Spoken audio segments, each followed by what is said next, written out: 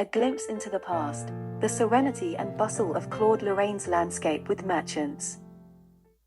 Imagine you are traveling along the river Tiber in Italy, sometime in the early 1600s. You see a scene that captivates your attention, a group of merchants and travelers gathered on the riverbank, surrounded by a lush and picturesque landscape.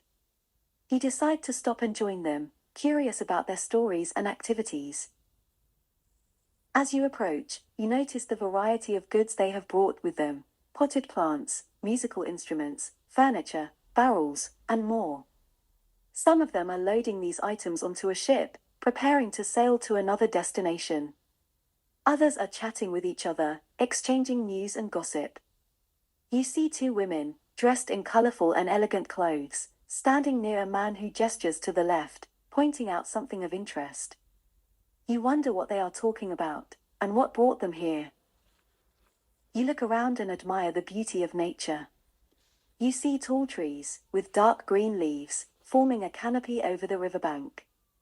You see a hill, covered with more trees, and a watermill at its base. You see a stone structure, with a round tower, perched on top of the hill. You wonder what it is, and what its history is. You see the river, with its sage-green surface, reflecting the light and the sky. You see the river winding into the distance, where you can spot some towns and mountains on the horizon. You see the sky, with its pale yellow and blue hues, and the clouds, with their cream-white edges, illuminated by the sun. You feel a sense of awe and wonder, as you witness the harmony between nature and humanity. You feel a connection with the past, as you realize that this scene is not a realistic depiction of a specific place and time, but a creative interpretation of the artist, Claude Lorrain. You learn that he was born in France, but spent most of his life in Rome, where he studied and worked as a painter.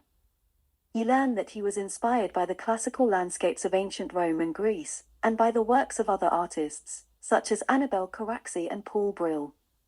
You learn that he was famous for his use of light and color, and for his ability to create atmospheric and poetic scenes. You learn that he signed and dated his paintings, often on objects within the composition, such as the boat in the lower left corner of this painting. You learn that he was one of the most influential landscape painters of his time, and that his paintings were admired and collected by many patrons, including popes, kings,